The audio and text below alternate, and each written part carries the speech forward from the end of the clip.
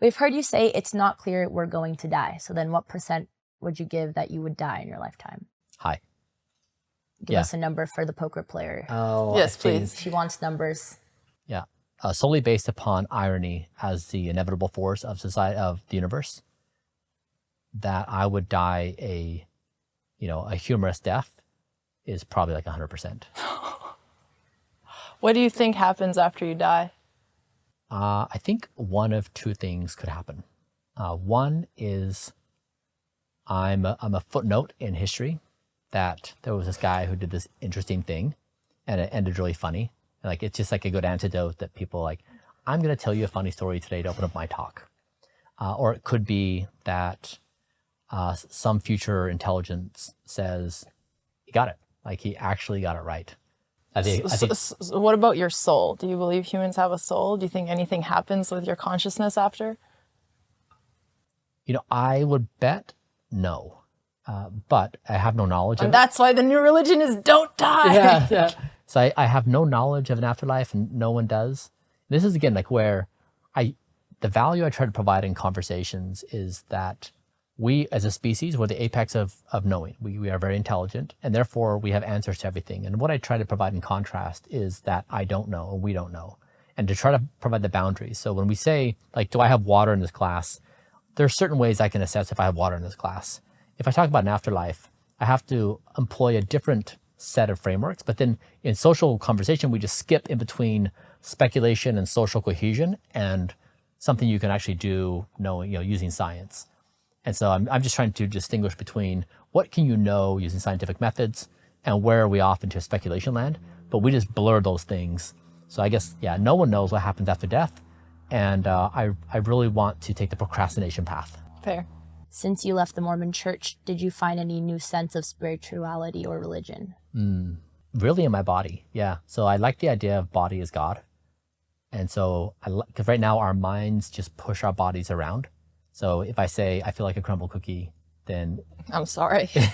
I felt like I sinned bringing them into your house, That's honestly. what we're here for. Are you going to confess? I am confessing right now. Yeah. There's 2 more boxes in your house. That's all I'm going to tell you. We need to throw it away or we will devour them because we have no self-control when it comes to sugar. We have a really bad sweet tooth, so we keep no sugar in the house. Yeah, do you guys go together to get the sugar? No, we like have a rule of not getting it in the house. And if somebody brings it in the house, I say, hide it from me, but I'm like a truffle pig and I sniff those out. Again. It's like I'm not proud of it. the one bone in our body of self-control that we just haven't been able to turn off no matter how hard we try. Yeah, but you do want to turn it off. Yes. We do. Tried a lot of things. Yeah. I had to cut weight for a boxing fight, and even then I would have to find hacks.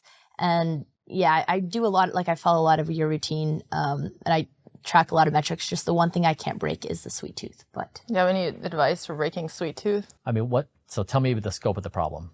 Oh God. It's just like you need a little satisfaction, Sometimes I always notice, obviously, the more unhealthy you're eating, the more you're feeding, the more you're going to crave.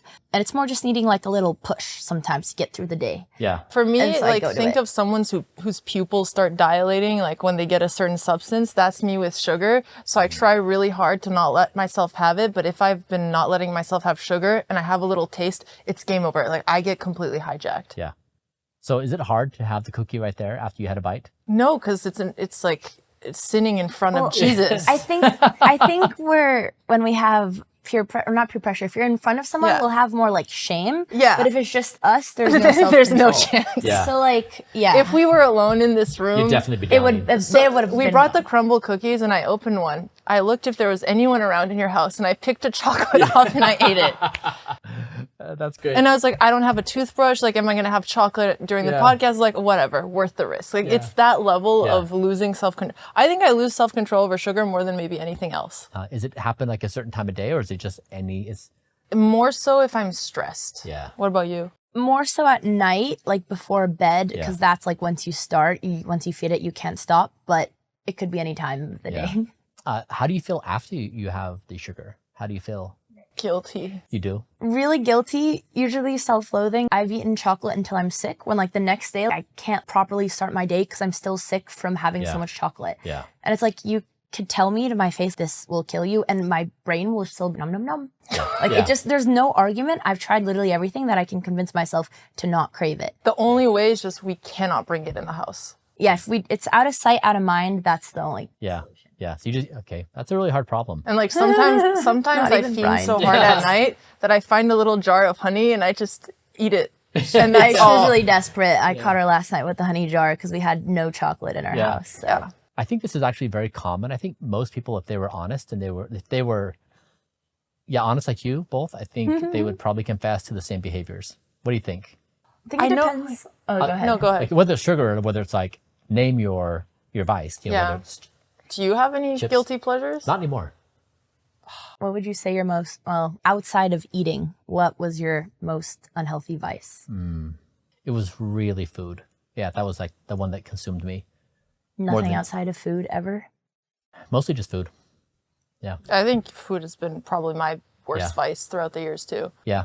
And it's hard because it's an addiction that you can't get away from because you see it every day and like Yeah. you have to eat multiple times a day. Yeah. So this is like back what I was talking about my body is that even though like when you want sugar, it of course is like a mind body thing, but I had the same problem where 7:30 p.m. would arrive and it was end of the day, like you're stressed, you're tired, you're upset.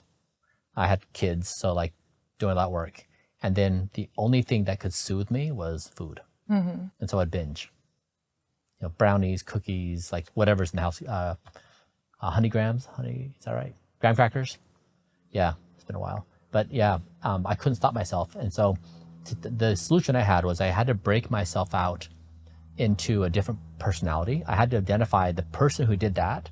His name was I Evening remember. Bryan. I think you put this on the website and like he would mess it up for Dad Bryan, Morning Bryan, Exactly. Nighttime Bryan, right? Exactly. So yes. It's funny you say that because I was going to ask you, do you think there's like a gene for the sugar cravings? Because I feel like my mom has terrible binge eating and my sister and I have the same sugar gene.